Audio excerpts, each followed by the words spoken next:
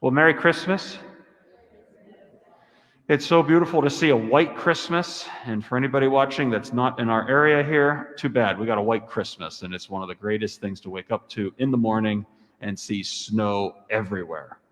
And, when you walk through the snow, you just hear the crunching of it, and you look at the streets, and everything's just the way it should be for Christmas. What a blessing it is to be able to have a white Christmas. One of the things about our faith that's so obvious is that there's this constant connection between birth and death, between the joy and the happiness of moments, but also knowing that the shadow of the cross is always present.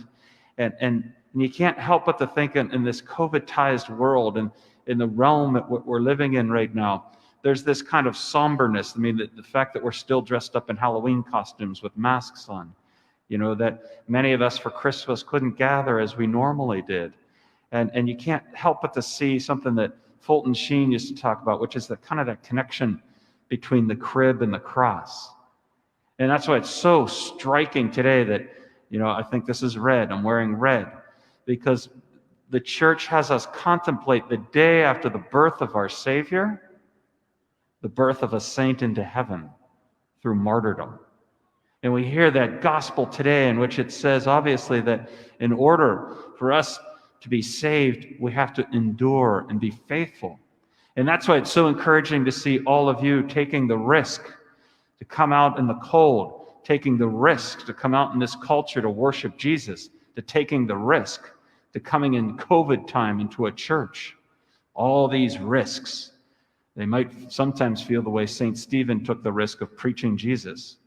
One of the things that I hope all of us contemplate during this Christmas season is the risk that God took to save us by being a tender little baby. And commend into his little hands our spirit. That is the depths of who we are. Those things that bother us, the things that we love, the people that we cherish, the people that challenge us, the circumstances around us and the hopes that we have. If you have a little nativity set, isn't it proper to take some of those things that we cherish, those things that we want to offer up to God, and place them into baby Jesus' hands? Because under those hands, under that divine presence of Jesus Christ, all that we do get transferred into God's grace for the salvation of our own soul and the souls around us. And so hopefully today we look at our baby Jesus and say, into your hands I commend my spirit.